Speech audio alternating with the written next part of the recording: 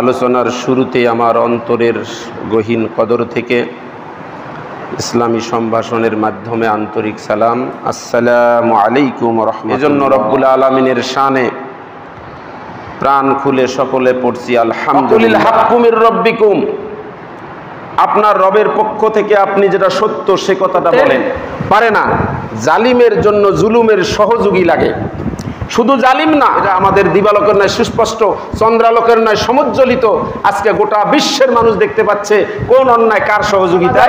ইসলামী আন্দোলনের নেতৃবৃন্দ যারা ইসলামের জন্য যারা জীবন দিয়েছেন, তাদের ওয়ারিশ উত্তরাধিকারী যারা হবে, তাদের হাতে আল্লাহ ভালোবাসা, অন্তরে মানুষের আবেগ জেলখানা যাওয়ার পরেও কমে নাই, আদালতে গিয়েও কমে 10 মিনিট উনি সূরা ফাতিহা এইটা তেলাওয়াত করতে সময় নিয়েছেন। আপনি বলেন, how can I press the red button, you answer me. আমি নিজের মাঝে নেই, আমার তো হুঁশ নেই, আমি মেডিকেলি আনফিট। এই অবস্থায় আমি কেমন করে রেড বাটনে প্রেস করব? আপনি বলেন। সত্য যেটা এটা প্রচার করেন। ফামান শাআ ফালইউমিন ওয়া মান শাআ ফালইয়াকফুর। যার মন চায় আপনার কথাকে বিশ্বাস করে আপনার কথার উপরে ঈমান এনে তারা প্রকৃত মুমিন হয়ে যাবে, আর যার মন চায় সে আপনার কথাকে অস্বীকার করে কুফরি করে তারা কাফির হয়ে যাবে। আল্লাহ তাবারাক ওয়া তাআলা এই পৃথিবীতে যে বিধিবিধান দিয়েছেন, এই বিধিবিধানটা আল্লাহ রাব্বুল আলামিন দুইভাবে দিয়েছেন। একটা বিধিবিধান দিয়েছেন আল্লাহ পাক তার সৃষ্টির জন্য, সেই বিধিবিধানটাকে বলা হয়েছে কানুনে ফিতরা। আরেকটা বিধিবিধান আল্লাহ পাক তার সৃষ্টি আশরাফুল মাখলুকাত মানব জাতির জন্য দিয়েছেন।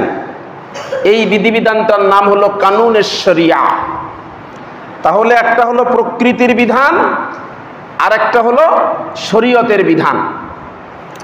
আল্লাহ পাক যে কানুনে ফিতরা, এই প্রকৃতির যে বিধানটা দিয়েছেন, আল্লাহ পাক সমস্ত সৃষ্টিকে বিধান দেওয়ার সাথে সাথে ওই বিধানটা তারা পালন করতে বাধ্য, এ ব্যবস্থা করে দিয়েছেন।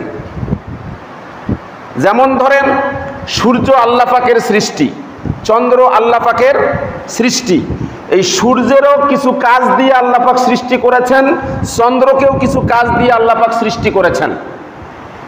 ফেরেশতা আল্লাহ পাকের সৃষ্টি, ফেরেশতাদেরকেও কিছু দায়িত্ব দিয়ে আল্লাহ পাক সৃষ্টি করেছেন। এমনই করে করে এই যে বৃক্ষ তরুলতা যা কিছু দেখছি, এগুলো আল্লাহ পাকের সৃষ্টি। এগুলো আল্লাহ পাক একটা কাজের জন্য এগুলো আল্লাহ পাক তৈরি করেছেন। প্রত্যেকটা সৃষ্টিকে আল্লাহ পাক যে জন্য সৃষ্টি করেছেন, কিয়ামত পর্যন্ত সে ওই ডিউটি পালন করবে। এজন্য কোনো ওয়াজ করতে হবে না, এজন্য মসজিদে তাদেরকে কোনো বয়ান করতে হবে না।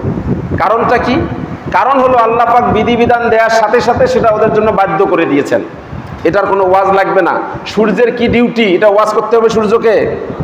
কিয়ামত পর্যন্ত সে পালন করে যাবে, কারণ এই কানুনে ফিতরা এটা আল্লাহ পাক বাধ্য করে দিয়েছেন। এই বৃক্ষ যে অক্সিজেন সরবরাহ করে আমাদের জন্য, এটা কিয়ামত পর্যন্ত করে যাবেন, কারণ এই দায়িত্ব আল্লাহ পাক দিয়েছেন এবং এটা বাধ্য করে দিয়েছেন। কিন্তু আল্লাহ পাক মানুষকে সৃষ্টি করেছেন আশরাফুল মাখলুকাত করে, এই জন্য মানুষকে আল্লাহ পাক যে বিধান দিয়েছেন এটা হলো কানুনের শরিয়া। আশরাফুল মাখলুকাত, সৃষ্টির সেরা জীব মানুষ। এই মানুষকে সৃষ্টি করার পরে আল্লাহ পাক যদি ইচ্ছা করতেন, এই মানুষকেও তার আল্লাহর বিধানগুলো পালনে বাধ্য করতে পারতেন না? অবশ্যই পারতেন, অবশ্যই পারতেন, কিন্তু আল্লাহ পাক সেটা করেন নাই। কারণ আল্লাহ বলছেন, ইন্না হাদাইনাহুস সাবিলা ইম্মা শাকিরান ওয়া ইম্মা কাফুরা। রব্বুল আলামিন বলেন যে আমি পথ পরিষ্কার করে দিয়েছি। যার মন চায় সে হেদায়েত প্রাপ্ত হবে, শুকরগুজারি বান্দা হবে, আর যার মন চায় সে পথভ্রষ্ট হয়ে যাবে। এই স্বাধীনতা আল্লাহ পাক কি করেছেন? মানুষকে দিয়েছেন। কারণ মানুষ হলো আশরাফুল মাখলুকাত, সৃষ্টির সেরা। এই সৃষ্টির সেরাকে আল্লাহ পাক তার বিধানকে বাধ্য করে দেয়া এটা সমীচীন মনে করেন নাই। এজন্য আল্লাহ পাক আমাদেরকে যে বিধান দিয়েছেন, এই বিধানটা আল্লাহ পাক আমাদেরকে স্বাধীনতা দিয়েছেন। আমরা ইচ্ছা করলে হেদায়েতের পথে চলতে পারি, আবার ইচ্ছা করলে আমরা গোমরাহির পথে চলতে পারি। ইচ্ছা করলে আপনার মসজিদে এসে সালাত আদায় করতে পারি, আবার ইচ্ছা করলে সিনেমা হলে গিয়ে ছবি দেখতেও পারি। ইচ্ছা করলে তাফসির মাহফিলে গিয়ে কোরআনের আলোচনা শুনতে পারি, আবার ইচ্ছা করলেও আমরা যাত্রার মঞ্চে গানের প্যান্ডেলে গিয়ে গানও শুনতে পারি। এর স্বাধীনতা কে দিয়েছেন? আল্লাহ দিয়েছেন। এই জন্য আল্লাহ পাক বলতেছেন, ও হাবিব, কুলিল হাক্কু মির রাব্বিকুম, আপনি রবের পক্ষ থেকে সত্য কথা, যেটা হক কথা, এটা আপনি প্রচার করুন, বলুন। ফামান শাআ ফালইউমিন, যার মন চায় সে গ্রহণ করবে, ঈমান আনবে আপনার কথার উপর। ওমান শাআ ফালইয়াকফুর, আর যার মন চায় না সে কুফরি করে কাফির হয়ে যাবে, যে কুফরি করবে। এরপরে আল্লাহ পাক বলছেন, ইন্না আতাদনা লিজ-জালিমিনা নারা, জালিমের ইহকালে কি পরিণতি হয় গত জুমায় আলোচনা করেছি, কিন্তু এই সূরা কাহাফের 29 নম্বর আয়াতে আল্লাহ পাক পরকালে জালিমের কি পরিণতি হবে আল্লাহ বলছেন, ইন্না আতাদনা লিজ-জালিমিনা নারা, আমি ওই জালিমদের জন্য জাহান্নামের আগুনকে কি করে রেখেছি? প্রস্তুত করে রেখেছি। ওরা মরতে দেরি হবে, জাহান্নামের আগুন স্পর্শ করতে দেরি হবে না, আমি প্রস্তুত করে রেখেছি জালিমদের জন্য। এরপরে আল্লাহ পাক বলেছেন যে ওই আগুন তাদেরকে বেষ্টন করে রাখবে, আবার তারা যখন পানি পান করতে চাবে তাদেরকে এমন পানিও দেওয়া হবে, সে পানি পান করার সাথে সাথে তাদের সব কিছু পুড়ে যাবে।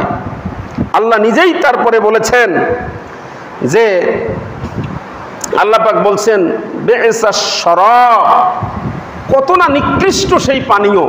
আল্লাহ নিজে বলেছেন কত নিকৃষ্ট পানীয় তাদেরকে দেয়া হবে। তারপরে বলছেন, ওয়াসাআত মুরতাফাকা, আর তাদেরকে যে আবাসস্থল দেওয়া হবে জাহান্নামে, সেটা যে কতটা নিকৃষ্ট হবে, কতটা খারাপ হবে, সেটা আল্লাহ পাক বলছেন। তাহলে আমরা গত জুমায় জালিমের ইহকালীন এই পৃথিবীতে জালিমের অপমান লাঞ্ছনার কথা বলেছি, এবং মরার পরেও আল্লাহ পাক কি করবেন? জালিমকে, জালিমের জন্য আল্লাহ পাক জাহান্নামের আগুনকে প্রস্তুত করে রেখেছেন। এবার আসুন, এত গেল জালিমের কথা।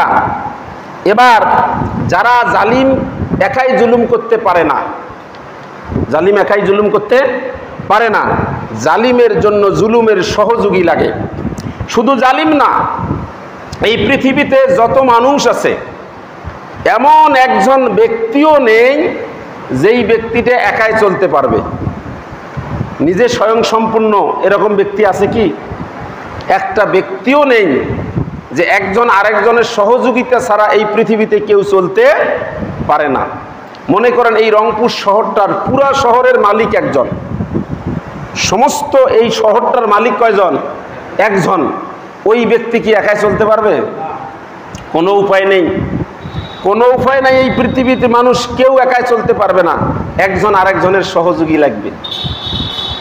কারণ ইনি অনেক অঢেল সম্পদের মালিক হতে পারে, কিন্তু ইনি তো পোশাক তৈরি করতে পারবে না, পারবে একাই? ইনি কাপড় বানাতে পারবে না, সুতো তৈরি করতে পারবে না, পোশাকও তৈরি করতে পারবে না, এমনকি যেটা খাবে সেই খানাটাও উৎপন্ন করতে পারবে না, একাই পারবে?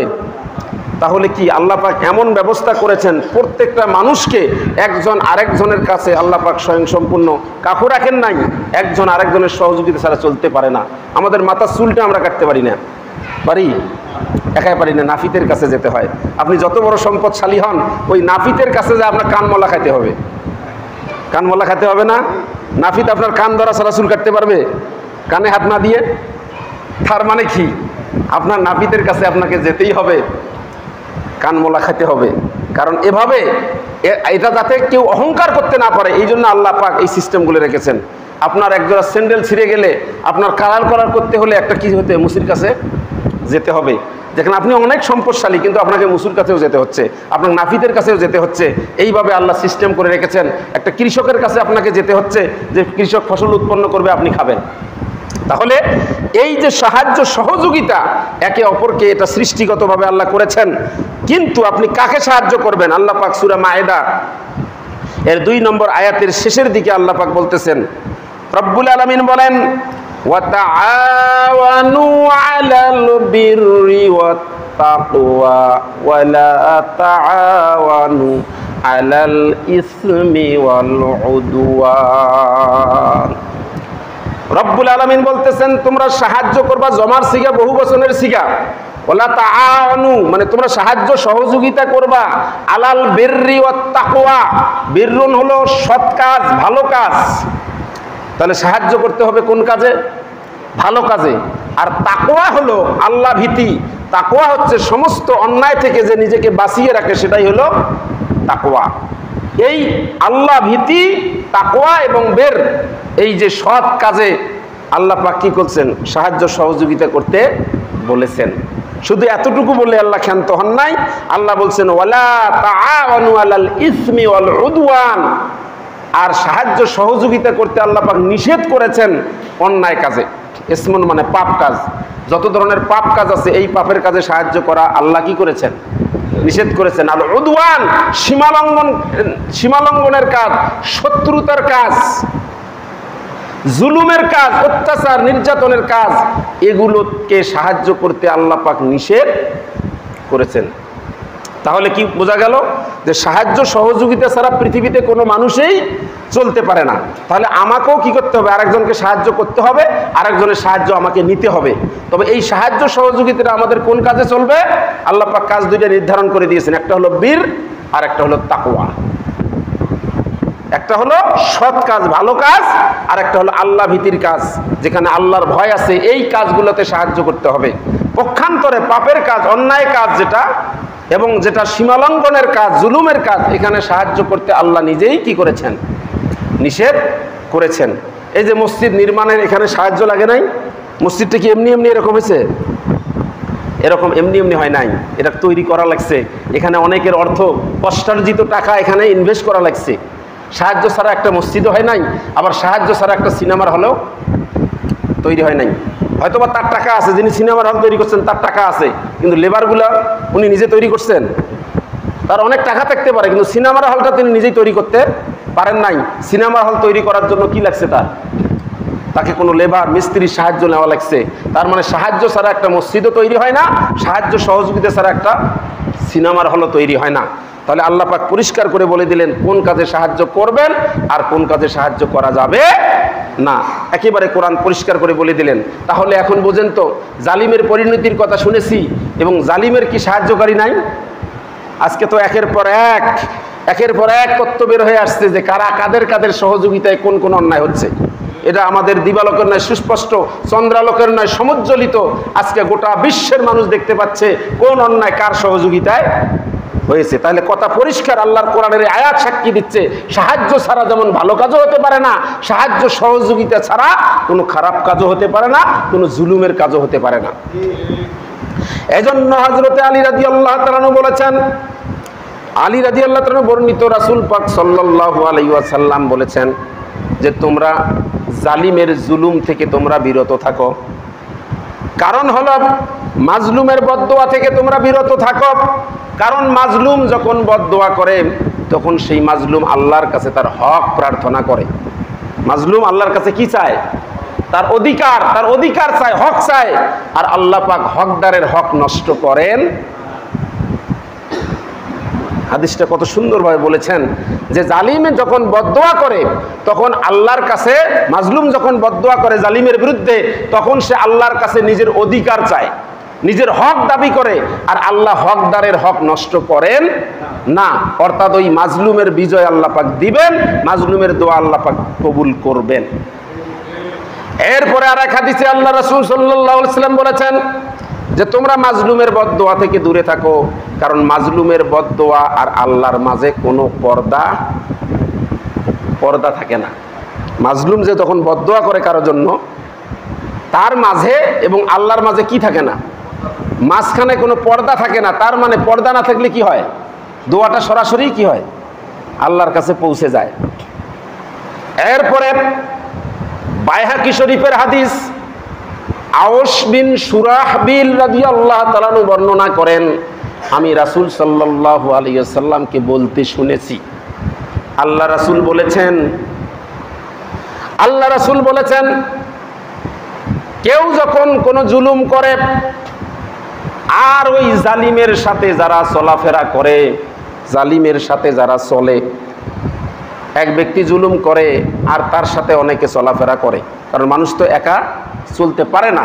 একটা ভালো মানুষও একা চলতে পারে না, একটা খারাপ মানুষও একা চলতে পারে না। রাসূল বলেছেন, বাইহাকি শরীফের হাদিস, যে একটা জালিম যখন জুলুম করে আর তার সাথে যারা চলে এরা জানে যে এটা জালিম, সে জুলুম করে, এটা জেনেও তার সাথে যারা চলে তাকে সহযোগিতা করে, আল্লাহর হাবিব সাল্লাল্লাহু আলাইহি ওয়াসাল্লাম বলেছেন সেজন্য ইসলাম থেকে বের হয়ে গেল। নাউজুবিল্লাহ বলে, সেজন্য ইসলাম থেকে বের হয়ে গেল। এমন একটা বর্ণনা তাবারানীতেও এসেছে যে রাসূল বলেছেন জালিমের সহযোগী হবে যারা, তারা যেন ইসলাম থেকেই বের হয়ে গেল, কারণ সে আল্লাহর নির্দেশকে অমান্য করলো। আল্লাহ বলতেছেন জুলুম কাজে সাহায্য করা যাবে। তাহলে চিন্তা করেন, ইসলাম থেকে বের হওয়ার কথা ঘোষণা আসছে। এরপরে মারিফুল কোরআনের বর্ণনা, তাফসিরে মারিফুল কোরআনের বর্ণনা একটা আসছে যে আল্লাহর হাবিব সাল্লাল্লাহু আলাইহি ওয়াসাল্লাম বলেছেন, কাল কিয়ামতের ময়দানে যারা জালিমকে সাহায্য করবে তাদের প্রত্যেককে সেই জালিমকে যখন শাস্তি দেওয়া হবে, সেই জালিমের সাথে সেই সহযোগীদেরকেও ডাকা হবে কিয়ামতের ময়দানে, একটা ময়দানে ডাকার পরে বর্ণনাটা এসেছে যে কলমের মধ্যে, দোয়াতের মধ্যে কালি, আগে যে ওই যে দোয়াত কলম ছিল না, এখনকার যুবক ভাইয়েরা, আমাদের এই ছোট ছোট ভাইয়েরা বলতেই পারবে না, এক সময় আপনারা মুরব্বীরা বলতে পারবেন, দোয়াত কলম, নির্বাচনের মার্কাও ছিল দোয়াত কলম, এরকম। তার মানে কলম ছিল, ওখানে কালি ভরে ভরে লিখতে হয়।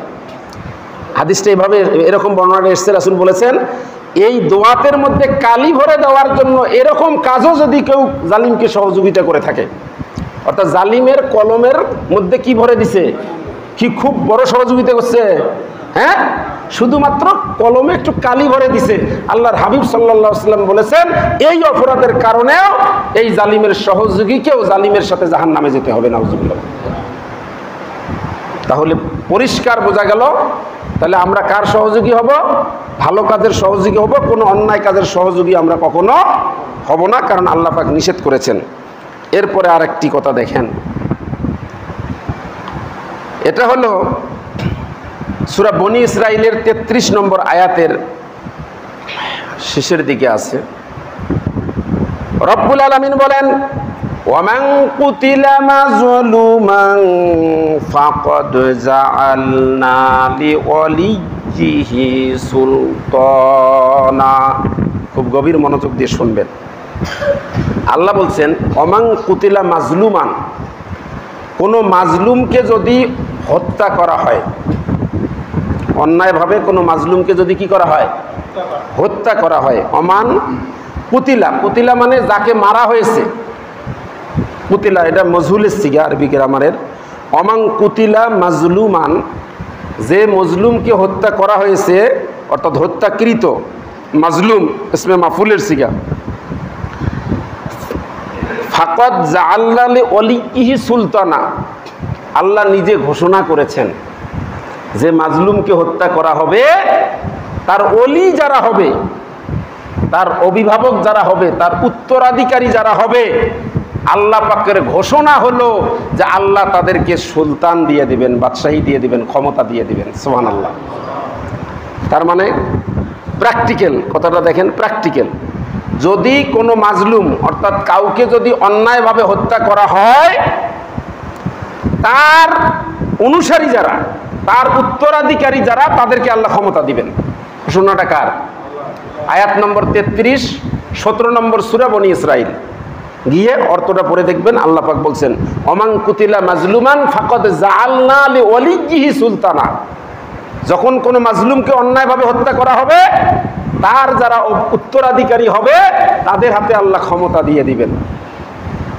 তার প্রমাণ আমরা বাংলাদেশে পাইনি। আমাদের আবু সাইদ সহ যে সমস্ত আমাদের যাদের জীবন দিয়েছে, তাদেরকে অন্যায়ভাবে মারা হয়েছে, আর এখন যারা ক্ষমতায় গেছে, এরা কি এদের উত্তরাধিকারী না? এমনকি সরাসরি দুইজন ছাত্র আছে কি উপদেষ্টা মণ্ডলীর মধ্যে, কারণ ওয়াদাটা তো আল্লাহর। কাউকে যদি অন্যায়ভাবে হত্যা করা হয় তাহলে তার অনুসারী যারা, তার উত্তরাধিকারী যারা, আল্লাহ তাদের হাতে সুলতান মানে ক্ষমতা, বাদশাহী আল্লাহ তাদের হাতে দিয়ে দেবেন, যেটা আল্লাহ পাক দিয়ে দিয়েছেন। এখানে আরো একটা কথা বলে রাখি, আল্লাহর জমিনে আল্লাহর দ্বীনকে প্রতিষ্ঠা করার জন্য আমাদের দেশে যেরকম অনেক ইসলামী আন্দোলনকারীদের, অনেক আলেম ওলামাদেরও জীবন গেছে না? আজ হোক কাল হোক, আমি বেঁচে থাকি আর না থাকি, আপনারা দেখবেন এই বাংলার আকাশে এই রকম ইসলামেরও একদিন বিজয় হবে, ইসলামেরও বিজয় হবে। কারণ আল্লাহ বলছেন অমান কুতিলা মাজলুমান ফাকাদ জাআলনা লিওয়ালিয়্যিহি সুলতানা।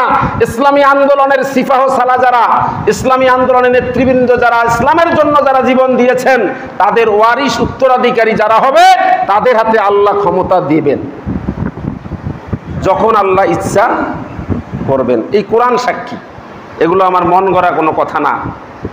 তাহলে এখন যারা মাজলুম হবে, অন্যায়ভাবে যাদেরকে হত্যা করা হবে, তাদের হাতে আল্লাহ ক্ষমতা দেবেন। ক্ষমতা পেয়ে তারা আবার কি করবে, সে সতর্কবাণীও আল্লাহ দিয়েছেন। এখন ক্ষমতা পাওয়ার পরে যারা ক্ষমতা আসবে, তারা যদি আবার তাদের বিচার করতে গিয়ে যদি আবার কি করে, যেটা জাহিলি যুগে হয়েছিল, জাহিলি যুগে কেউ যদি একজনকে অন্যায় করে হত্যা করে, তাহলে তাদের বংশের, তার সহযোগী, তার সাথে চলে এই রকম একাধিক ব্যক্তিকে তারা হত্যা করত, যেটা ইসলাম সমর্থন করে না। আবার সেই হত্যাকারী যদি প্রভাবশালী হতো, কোনো ক্ষমতাবান ব্যক্তি হতো, তাহলে তো আরো কথাই নেই। একজনের জন্য একজনকে যে মারছে তাকে হত্যা তারা মানে না, তাদের বংশের, তাদের সহযোগী এই রকম অনেককে তারা হত্যা করে ফেলে একজনের বিনিময়ে, যেটা ইসলামে নেই। ইসলামে আছে কিসাসের বিধান। ইসলামে আছে কিসের বিধান? কিসাসের বিধান।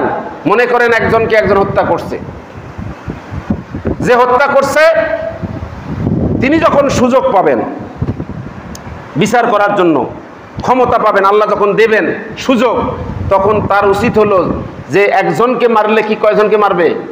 ওই একজনকে মারবে। যে অন্যায় করছে শুধু সেই তাকেই মারবে, কিন্তু একাধিক ব্যক্তিকে হত্যা করা যাবে না। এখন এই প্রতিশোধের উন্মাদ হয়ে কেউ যদি আবার বাড়াবাড়ি করে, সে ব্যাপারে আল্লাহ পাক নিষেধ করেছেন, ওয়ালা ইউসরিফ ফিল কতলি। তোমরা যখন সুযোগ পাবা, আর মাজলুম কেউ যদি অন্যায়ভাবে কাউকে মারে, আপনারা এটা তো ওইভাবে গেল, আপনি এই ব্যক্তিগতভাবে দেখেন, একজনকে যদি কেউ অন্যায়ভাবে মারে, আল্লাহর এই কোরআনের আয়াত বলতেছে আজ হোক কাল হোক ভবিষ্যতে কোনো না কোনো দিন তার উত্তরাধিকারীর মধ্যে সে এমন ক্ষমতাবান হবে, সে এই প্রতিশোধ নেওয়ার সুযোগ পাবে। সুযোগ পাওয়ার মতো ক্ষমতা আল্লাহ পাক তাকে দিয়ে দেবেন। যখন আপনি এই ক্ষমতা পাবেন প্রতিশোধ নেওয়ার জন্য, আল্লাহ পাক বলছে ওয়ালা ইউসরিফ ফিল কতলে, এই প্রতিশোধ নেওয়ার ক্ষেত্রে কখনো সীমা লঙ্ঘন করা যাবে না। ঢালাও ভাবে একজন অপরাধ করে নাই, তাকেও আপনি অন্যায়ের মানে ভাবে আপনি ক্ষমতা পাইছেন, সুযোগ পাইছেন, ঢালাও ভাবে আপনি এভাবে অন্যায় করতে নিষেধ করেছে আল্লাহ পাক। যে অপরাধী, যতটুকুন অপরাধী তাকে অতটুকুন শাস্তির বিধান ইসলাম দিয়েছে। বাড়াবাড়ি করতে কি করেছেন? নিষেধ করেছেন। কেন করেছেন? আল্লাহ পাক বলছেন ইন্নাহু কানা মানসুরা। আল্লাহ বলছেন নিশ্চয়ই সে সাহায্য প্রাপ্ত। কারণ ওই যাকে হত্যা করা হয়েছে, যে মাজলুমকে হত্যা করা হয়েছে, যেই মাকতুল, আমি সাহায্য করে তার উত্তরাধিকারীকে এই ক্ষমতা দিয়েছি প্রতিশোধ নেওয়ার। এখানে সে সাহায্য প্রাপ্ত, এই সাহায্যটা আমি করেছি, এটা তার মাথায় রেখে তাকে পরবর্তীতে বিচার কার্য করতে হবে। কোনোভাবে যেন কি না হয়, সে সীমা লঙ্ঘন না করে। তাহলে কথা একেবারে পরিষ্কার, যদি কেউ আপনার অন্যায় করে, আর কোনোদিন একদিন সুযোগ আল্লাহ আপনাকে দিবে। কোরআন বলছে কেউ আপনাকে যতটুকু অন্যায় করবে, আল্লাহ এমন একটা সময় দিবে, হয়তো সময় লাগবে, সেটা 5 বছর 10 বছর 20 বছর সময় লাগতে পারে, বা আপনি পারলেন না, কিন্তু আপনার উত্তরাধিকারীর মধ্যে আপনার সন্তানেরা একদিন সুযোগ পাবে তার প্রতিশোধ নেওয়ার জন্য। এই ক্ষমতাটা, এই শক্তিটা আল্লাহ পাক নিজেই দিবেন। কিন্তু এই প্রতিশোধ নেওয়ার সময় আবার সীমা লঙ্ঘন করা যাবে না। এই জন্য বর্তমান যারা দায়িত্বে আছেন, আমি তাদের প্রতি উদাত্ত আহ্বান জানাবো, আপনারা এই ন্যায় বিচার করতে গিয়ে যেন আবার কি করেন না, সীমা লঙ্ঘন করেন না। কারণ যে যতটুকু অপরাধী, অপরাধ অনুযায়ী ততটুকু শাস্তির ব্যবস্থা করবেন, যেটা ইসলাম দিয়েছে। এবার আসুন, তাহলে কথা পরিষ্কার হয়ে গেল, আমরা সহযোগী হব কার? ভালো কাজের। কোন কাজের সহযোগী হব? যেটা সৎ কাজ, ভালো কাজের, আর যেখানে আল্লাহ ভীতি আছে, তাকওয়া আছে, এই কাজের আমরা সহযোগী হব। কিন্তু অন্যায়, কোনো অন্যায় কাজের আমরা সহযোগী হব না। আর আপনি কোন কাজে আপনার তাকওয়া আছে, কোন কাজে আপনার ভালো কাজ, এটাকে গাইড দিবে আপনার কিসে? এই কোরআনে। এই কোরআনের কাছে আসলে আপনি সঠিক পথটা পেয়ে যাবেন, কোনটা বের, কোনটা তাকওয়া, আর কোনটা ইসম, কোনটা উদওয়ান, এগুলো সব আপনি কোরআনের কাছে পাবেন। এই কোরআনুল কারীম এমন একখান কিতাব, এই কোরআনুল কারীম এমন একখান কিতাব, এই কোরআনের কাছে যেই আসবে তার সম্মান বাড়িয়ে দিবে কে? আল্লাহ। যেই আসবে তার সম্মান আল্লাহ পাক বাড়িয়ে দিবে। কেমন করে? আপনারা উদাহরণ দিলে বুঝবেন। এই কোরআনুল কারীম, এটা ডায়াস যেখানে দিছেন আপনারা, এখন এরকম ডায়াস যদি ওখানে পাশে একটা থাকে, কোনো কারণে যদি একজন ওখানে পা লেগে যায়, সে ওটা নিয়ে তেমন কোনো টেনশন করবে না। এখন এই যে এখানে এই যে ডায়াসটা, এই যে কোরআনটা রাখা হয়েছে, এইখানে কেউ পা দিতে চাবে সহসায়? তাহলে একই ডায়াস, কিন্তু ওটার চেয়ে এটার দাম বেড়ে গেল কিসের কারণে? কোরআনের কারণে। কোরআনের কারণে। আপনি দেখেন, খুব দামি একটা পোশাক আপনি তৈরি করেছেন, কয়েক হাজার টাকা দিয়ে আপনার একটা দামি পোশাক তৈরি করেছেন। এখন আপনি দেখলেন কোনো কারণে আপনি রুমে ঢুকে দেখলেন ওই পোশাকটা নিচে পড়ে আছে, আপনার পায়ের মধ্যে লেগেছে। দামি পোশাক, পোশাকটা নিয়ে চুমো খাওয়া শুরু করবেন? চুমো খাওয়া শুরু করবে কেউ? যত দামি পোশাকে হোক, পায়ে লাগছে লাগছে, তুলে রেখে দেবে, এতটুকুন। আর বাজারের সবচাইতে কম দামি কাপড় দিয়ে এই কোরআনটাকে পেঁচানোর জন্য, কোরআনটা বেঁধে রাখা একটা কাপড় আছে আপনার বাসায়, বাজারের সবচাইতে কম দামি কাপড়, ওই কাপড়টা যদি আপনি রুমে ঢুকে দেখেন যে ওই কাপড়টা আপনার পায়ের মধ্যে লেগে গেছে, সঙ্গে সঙ্গে কি করে? ওই কাপড়টা নিয়ে চুমা খাইতেছে, কতটা মানে যত্নের সাথে ওই কাপড়টা তুলতেছে। তাহলে আপনার ওই হাজার হাজার টাকা দামের কাপড়টাকে আপনি ওইভাবে তুলতেছেন না, একে সবচাইতে কম দামি কাপড়টাকে সম্মান করলেন। এটা কিসের কারণে? কোরআনুল কারীমের কারণে। এই কোরআনুল কারীম এমন একখান কিতাব, এই কিতাবের সাথে যেই লাগবে তার সম্মান বাড়িয়ে দিবে। কোরআনের সাথে যেই লাগবে তার সম্মানকে আল্লাহ পাক বাড়িয়ে দিবেন। আপনারা জানেন, আজকে এই কোরআনুল কারীম আমরা দেখেছি আমাদের দেশে অনেককে গ্রেফতার হতেও দেখেছি।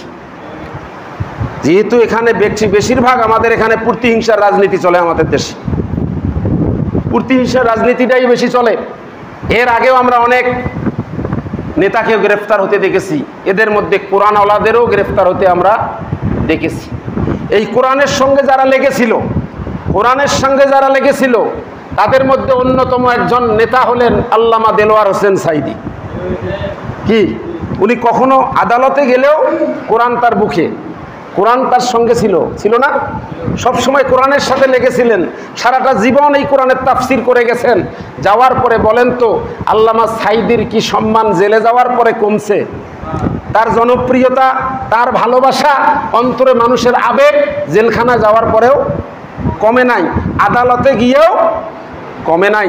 বরঞ্চ তিনি যে ভবিষ্যৎবাণী করেছেন, এই ভবিষ্যৎবাণীটাও আজকে আমরা নিজের চোখে আমরা দেখতেছি। তিনি একটা কথা বলেছিলেন, এই হাসিনাকে উদ্দেশ্য করে বলেছিলেন, এমন একটা সময় আসবে যেদিন পালানোর জন্য এই বাংলাদেশে ইঁদুরের গর্ত খুঁজে পাবা না। আছে না তার কথাটা? এখনো নেটে ভাসছে তার কথাটা। আজকে হয়েছে কিনা তাই বলেন? যদি পালানোর জন্য ইঁদুরের গর্ত থাকতো তাহলে কি ভারতে যেত? তাহলে কি? এই কথাগুলো তিনি বলেছেন, এরকম অনেক ভবিষ্যৎবাণী তিনি করেছেন।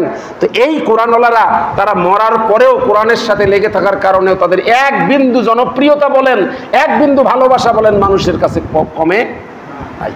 কিন্তু এখনও অনেক নেতা গ্রেফতার হচ্ছে, জেলখানায় যাচ্ছে, মানুষ তাদেরকে ধিক্কার দিচ্ছে। তাহলে কি হলো? একই তো কারাগার, একই ইজলাস, সেখানে কোরআনওয়ালারা যাচ্ছে, তাদের সম্মান আল্লাহ পাক কোরআনের কারণে কি বাড়িয়ে দিচ্ছে। কোরআনের কারণে কেমনে সম্মান বাড়ে একটা উদাহরণ দিলে আপনারা বুঝতে পারবেন। ইউনাইটেড স্টেট অফ আমেরিকাতে একটা কনফারেন্স হয়েছিল। সেই কনফারেন্সটা হচ্ছে পৃথিবীর যত ধর্মগ্রন্থ আছে সব ধর্মগ্রন্থগুলোর 10 মিনিট করে তেলাওয়াত করা হবে, আবৃত্তি করা হবে। কয় মিনিট করে? 10 মিনিট করে। সেখানে গিয়েছিল শ্রীমত ভগবত গীতা, গিয়েছে বাইবেল, সেখানে গিয়েছিল দশাতীর, বেদ, পুরাণ, রামায়ণ, দিগানিকায়, ইয়াহফিজ, তালমা, ডোরা, ওল্ড টেস্টামেন্ট, নিউ টেস্টামেন্ট, জিন্দাবেস্তা, চীনের প্রাচীন ধর্মগ্রন্থ কনফুসিয়াসের পাণ্ডুলিপি গিয়েছিল। যারা অগ্নি উপাসক, আগুন দেখলে নমস্ত নমস্ত গায়ে, তারাও গিয়েছিল। এবং সেই কনফারেন্সে আল্লাহ রাব্বুল আলামিনের এই শাশ্বত অনিন্দ সুন্দর মহাগ্রন্থ আল কোরআনুল কারীমও গিয়েছিল। চিৎকার দিয়ে বলেন সুবহানাল্লাহ। সেই কনফারেন্সটা হলো 10 মিনিট করে সময়ে। এই কনফারেন্সটার উদ্দেশ্য হচ্ছে in order to check which book, which recitation of the holy book is the most excellent recitation ever. যে সব ধর্মগ্রন্থগুলোর আবৃত্তি 10 মিনিটের করে শোনা হবে, এর মধ্যে কার আবৃত্তি, কার তেলাওয়াত সবচেয়ে সুন্দর হয়, এইটাই হলো এর চেক করার উদ্দেশ্য ছিল এই কনফারেন্সটার। কনফারেন্সটা হচ্ছে কোথায়? ইউনাইটেড স্টেটস অফ আমেরিকাতে। সেখানে সব ধর্মের ধর্মীয় শায়েখরা, ধর্মীয় গুরুরা, নানকরা, কারীরা, ফাদাররা সেখানে বসা, বিচারক বসা।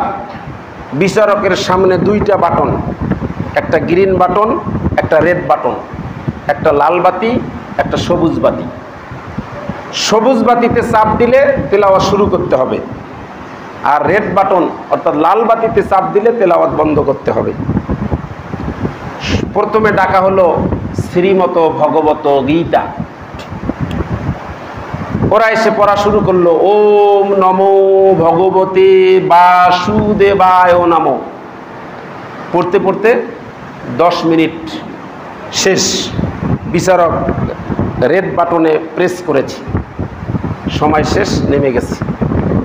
এরপরে ডাকা হলো ত্রিপিটক, বিনয় পিটক, শাম পিটক, অভিধর্ম পিটক, 3টা মিলে ত্রিপিটক। এটা হলো বৌদ্ধ ভাইদের কিতাব, এটা বৌদ্ধদের কিতাব, যারা বলে ওম শান্তি, ওম শান্তি। অথচ বৌদ্ধরা মিয়ানমারে যেটা করেছে, মুসলমানদের উপরে যে অত্যাচার করেছে, তাদের কথার সাথে কাজের কোনো মিল নেই। ওরা বলে ওম শান্তি, ওম শান্তি, কিন্তু মিয়ানমারে কি পরিস্থিতি করেছিল আমরা সেটা দেখেছি। ওরা এসে বুদ্ধাং শরণাং গাচ্ছামি, ধম্মাং শরণাং গাচ্ছামি পড়তে পড়তে 10 মিনিট শেষ। বিচারক রেড বাটনে প্রেস করেছে, চলে গেছে। এরপরে দশাতীররা পড়লো জিন্দাবেস্তা, ওরা পড়লো গ্রন্থ শায়েখ, ওরা পড়লো 10 মিনিট করে। এরপরে ডাকা হলো ভ্যাটিকান সিটির পোপকে।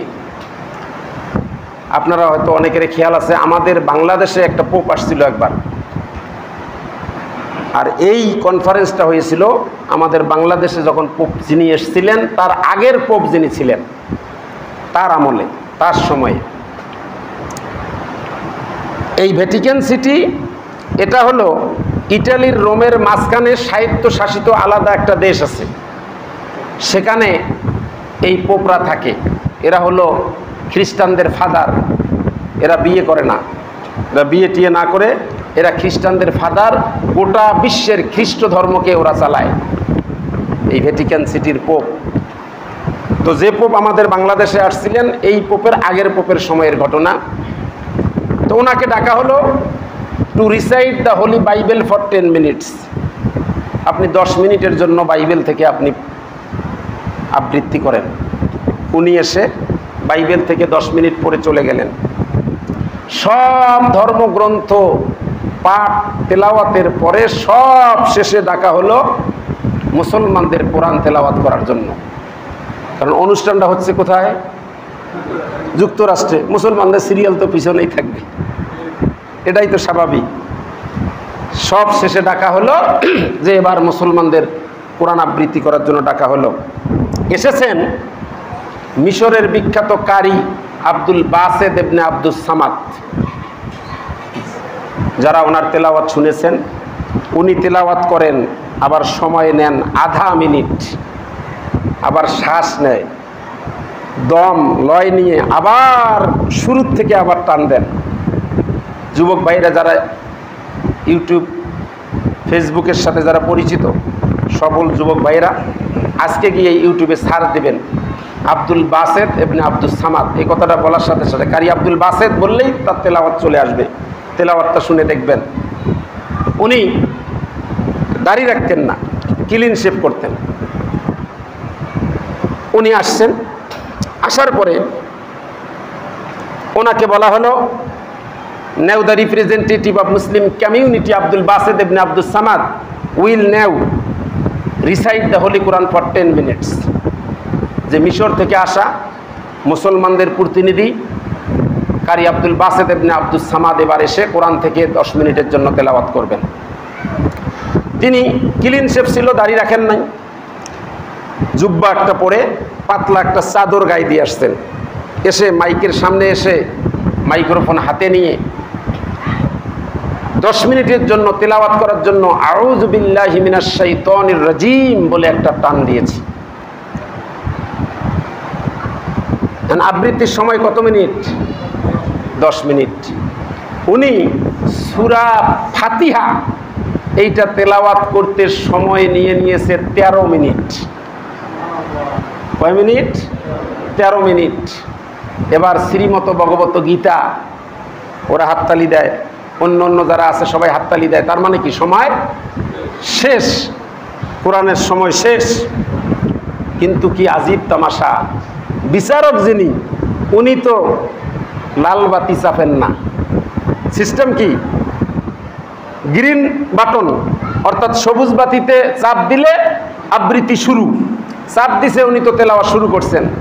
আবার রেড বাটনে প্রেস করলে তো উনি বন্ধ করবেন। Abdul Basit ibn Abdus Samad দেখেন, তাকিয়ে দেখতেছেন যে বিচারক রেড বাটনে প্রেস করতেছেন না, অর্থাৎ লাল বাতি চাপতেছেন না। কারি আব্দুল বাসিত কয় এই তো সুযোগ পাইছি আমি, যেহেতু বিচারক লাল বাতি চাপতেছে না, এই সুযোগে আমি আরেকটা সূরা শুরু করি। সূরা ফাতিহা তো শেষ, ওনার টার্গেট ছিল শুধু সূরা ফাতিহাই তেলাওয়াত করবে, কিন্তু সূরা ফাতিহা শেষ। তারপরে যেহেতু বিচারক রেড বাটন চাপতেছে না, এই সুযোগে তিনি বললেন আমি সূরা তেলাওয়াত করি। কারি Abdul Basit ibn Abdus Samad কোরআনুল কারীমের সবচাইতে সুন্দর সূরা আর রহমান তেলাওয়াত করা শুরু করলেন। আল্লাহ পাক তাকে যে সুর দিয়েছে, তাকে যে কণ্ঠ দিয়েছে, তার সমস্ত সুর তাল লয় এটা উজাড় করে তিনি সূরা রহমান তেলাওয়াত করা শুরু করলেন।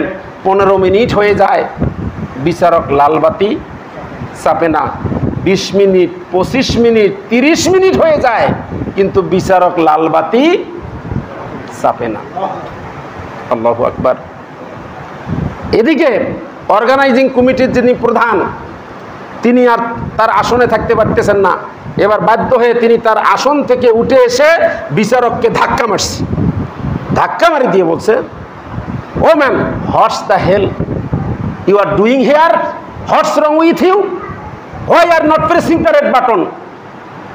বিচারককে বলতেছে, এই বিচারক, কি হয়েছে তোমার? তুমি লাল বাতি চাপোস না কেন? কি হয়েছে তোমার? এই অর্গানাইজিং কমিটির প্রধান যিনি বিচারককে ধাক্কা দিয়েছেন, বিচারক ধাক্কা খেয়ে মানুষের যেমন ওই যে ভূত দেখলে চমকে ওঠে না, এই ভূত দেখার মতো চমকে উঠে বলতেছে, হ্যাঁ কিসের বাটন? কি বাটন? লাল বাতি, সবুজ বাতি, মানে কিছুই বুঝতেছে না। মানে মনে হয় যে চমকে উঠে বিচারক বলতেছে, কিসের বাতি, কিসের লাল বাতি, কিসের সবুজ বাতি বলতেছে, এরকম বুঝতেছে না উনি। এরপরে আবার ওই কারি আব্দুল বাসিত ইবনে আব্দুস সামাদের তেলাওয়াতের দিকে কান দেয়, মনোযোগ যখন দেয়, তাই তিনি আবার বেহুশ। না পেরে বিচারক দাঁড়িয়ে এবার বলতেছে, O Abdul Basit ibn Abdus Samad, come from Egypt, there is no time limit for you, recite as much as you wish. আল্লাহু আকবার। বলতেছে, ও আব্দুল বাসিত আব্দুস সামাদ, আজকের এই কম্পিটিশনে তোমার জন্য কোনো নির্দিষ্ট কোনো সময় নেই, যত খুশি মন চায় তুমি তেলাওয়াত করো। আল্লাহু আকবার। 40 মিনিট ধরে সূরা রহমান তেলাওয়াত করে গোটা কনফারেন্সকে মাতিয়ে দিলেন কারি Abdul Basit ibn Abdus Samad. যেহেতু বিচারক এখানে কি করেছে? সীমা লঙ্ঘন করেছে। কম্পিটিশন শেষে বিচারকের বিরুদ্ধে মামলা হলো 3টা। সেই মামলা হলো আন্তর্জাতিক আদালত দি হেগ, সেই দি হেগে মামলা, বিচারককে হাত করা পরিয়ে তাকে নিয়ে যাওয়া হলো কাঠগড়ায়। সেখানে গিয়ে তাকে বলা হলো, what did you make partiality between the books? You have given 10 minutes for Shrimad Bhagavad Gita, you have given 10 minutes for Bible, you have given 10 minutes for Tripitaka, why have you given extra 30 minutes for the holy Quran? বিচারককে বলতেছেন যে তুমি এটা কি করেছ? তোমাকে তো বলা হয়েছিল যে তুমি প্রত্যেককে 10 মিনিট করে দিবা, তুমি 10 মিনিট দিলা, তুমি শ্রীমত ভগবত গীতাকে 10 মিনিট দিলা, বাইবেলকে 10 মিনিট দিলা, ত্রিপিটককে 10 মিনিট দিলা, এভাবে সবাইকে 10 মিনিট দিলা, তুমি এক্সট্রা 30 মিনিটস মানে অতিরিক্ত 30 মিনিট তুই কোরআনের দিলি কেন? এই আদালতের সামনে তাকে যখন বলা হলো, তখন কারি Abdul Basit ibn Abdus Samad বলতেছে, অনারেবল জাজ, I have a humble question for you, I have a humble question to you. বলতেছে, অনারেবল জাজ, আমার একটা বিনয়ের প্রশ্ন আছে, বিনয়ের সাথে আপনার কাছে আমার একটা প্রশ্ন আছে। তখন বলল, কি প্রশ্ন? তিনি বললেন, বিচারক তো আমি এমনি এমনি হই নাই, বিচারক তো আমাকে ওনারাই বানিয়েছে, আমি তো এমনি এমনি বিচারক হই নাই। কিন্তু যখন আমি বিচারক হয়েছিলাম, আমি বিচার কার্য শুরু করেছিলাম, তখন আমার হিতাহিত জ্ঞান ছিল, আমার সময়ের জ্ঞান ছিল, আমার হুঁশ ছিল, আমার সময়ের জ্ঞান ছিল। আমি একটা করে গ্রন্থ যখন তেলাওয়াত শুরু করেছে, আমি দেখেছি 10 মিনিটস হয়েছে, আমি রেড বাটনে প্রেস করেছি, সে চলে গেছে। এভাবে আমি আমার কাজ সঠিকভাবে আমি করেছিলাম। কিন্তু হঠাৎ করে এই Abdul Basit ibn Abdus Samad কোত্থেকে এসে যেন কি যেন বলে একটা টান দিল, সে আমার হুঁশ কেড়ে নিল। আল্লাহু আকবার বলেন। আমি আর আমার মাঝে নেই, আমার কোনো হুঁশ নেই, আমার ভিতরে ভাইব্রেশন শুরু হয়ে গেল, আমার নার্ভ সিস্টেম ফল ডাউন করলো, আমার হুঁশ নেই, আমার সময়ের কোনো জ্ঞান নেই। যখন আমি আমার মধ্যে নেই, যখন আমার কোনো হুঁশ নেই, যখন আমি medically unfit, how can I press the red button? You answer me. কারি Abdul Basit ibn Abdus Samad, ওই বিচারক, এবার এই বিচারক যার কাঠগড়ায় তিনি ওনাকে বলতেছেন, আপনি বলেন, how can I press the red button? You answer me. আমি নিজের মাঝে নেই, আমার তো হুঁশ নেই, আমি মেডিকেলি আনফিট, এই অবস্থায় আমি কেমন করে রেড বাটনে প্রেস করবো? আপনি বলেন। আচ্ছা, আপনারা বলেন তো, পাগলে খুন করলে কোনো বিচার আছে? পাগলের কোনো বিচার আছে? পাগল যে কোনো অন্যায় করলে তার কোনো বিচার নেই, সে তো পাগল। এই কোরআনুল কারীমকে অতিরিক্ত সম্মান দেওয়ার কারণে সেই আন্তর্জাতিক আদালত দি হেগ থেকে বেকসুর সেই বিচারক খালাস পেয়েছে। বলুন সুবহানাল্লাহ। সম্মান কিসের কারণে? এই কোরআনুল কারীমের কারণে। তাই আসুন আমরা এই কোরআনুল কারীম, কোরআনকে আমরা অনুসরণ করি, আমরা কোরআনের কাছে আসি। কোরআনের কাছে আসলে আমাদের সম্মান এমনিই বেড়ে যাবে। কেমনে বেড়ে যাবে? আমি এই 2 মিনিটে একটা কথা বলতেছি, সমস্যা হবে কি? 2-3 মিনিটে আরেক শেষ করে দিচ্ছি। সেটা হলো যে কোরআনের কাছে আসলে যে সম্মান আপনারও বাড়বে। কেমনে? আপনারা আরেকটা উদাহরণ দিলে বুঝবেন। আপনারা আলবার্ট আইনস্টাইনের নাম শুনেছেন, অনেক শিক্ষিত ভাইয়েরা এখানে আছেন। তিনি একজন বিজ্ঞানী। আলবার্ট আইনস্টাইন খুব উঁচু মাপের একজন বিজ্ঞানী। তা তিনি বিভিন্ন মঞ্চে গিয়ে বক্তৃতা করেন। তো একদিন তার ড্রাইভার, তার সাথে যে সব সময় থাকে, একটা কনসার্ট আছে, একটা প্রোগ্রাম আছে, সেখানে আলবার্ট আইনস্টাইন বক্তব্য দিবেন। কিন্তু এখনকার যুগের মতো এরকম ডিজিটাল ছিল না। এখনকার মতো এরকম ছবি, আলবার্ট আইনস্টাইনের নাম শুনছে কিন্তু তার ছবি কেউ দেখে নাই, চেনে না ওইভাবে ওই এলাকার লোকজন। তা এখন ড্রাইভার বলতেছে, স্যার ওই আপনি যে যা কি বক্তব্য দিবেন সেটা আমার জানা আছে, আপনি যে ওখানে যা কি বক্তব্য দিবেন সেটা আমার জানা আছে। কে বলতেছে? ড্রাইভার বলতেছে। তা আলবার্ট আইনস্টাইন কি কয় রে বেটা, কয় কি? আমি যে কি বক্তব্য দেবো সেটা বলে ওর জানা আছে। কয় হ্যাঁ স্যার আমার জানা আছে।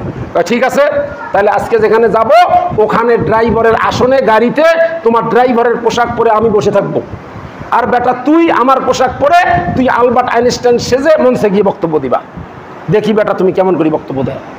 পরে যথারীতি সে গেছে, সেখানে গিয়ে আলবার্ট আইনস্টাইনের মতো করে স্টেজে উঠে জ্বালাময়ী বক্তব্য দিয়েছে, সবাই করতালি দিয়েছে, হাততালি দিয়েছে। আলবার্ট আইনস্টাইন তো অবাক যে আসলে তো বেটা ঠিকই কইছে, এত দারুণ বক্তব্য দিতেছে, কিন্তু বক্তব্য শেষ, এখন প্রধান অতিথিকে তো গাড়ি পর্যন্ত আগায় দেবে, যেটা আমরা করি। তো ওনার সাথে কয়েকজন যাচ্ছেন, এর মধ্যে ইউনিভার্সিটির প্রফেসরও আছে। তো যখন গাড়িতে উঠবেন, কাছাকাছি যখন যাবেন, গাড়িতে যাওয়ার পথে বলতেছে, স্যার আপনার বক্তব্য খুব চমৎকার হয়েছে। মানে কাকে বলতেছে? ড্রাইভারকে।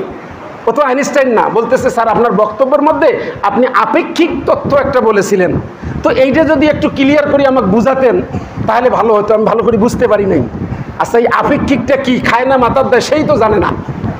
এবার আসল আইনস্টাইন তার ড্রাইভারের আসন থেকে বসে ভাবতেছে, বেটা এইবার দে দেখি উত্তর, তুই তো খুব মাস্তানি দেখালি যে আমার চেয়ে তুমি আমার মতো বক্তব্য দেয়, এখন উত্তরটা দিয়ে দেখি।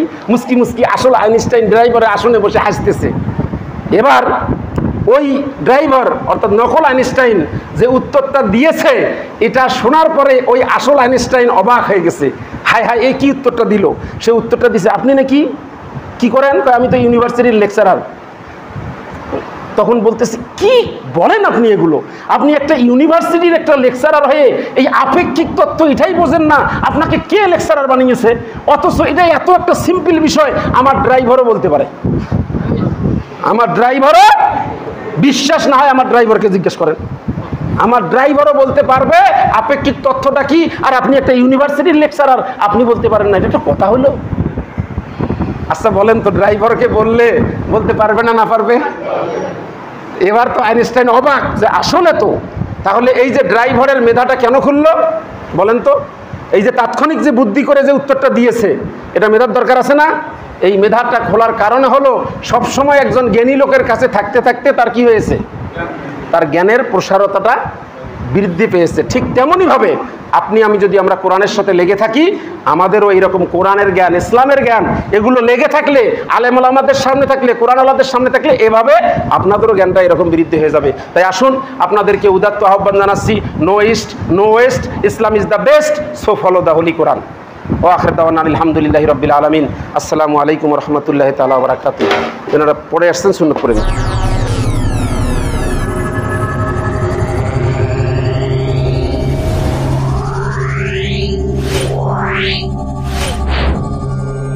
Yeah.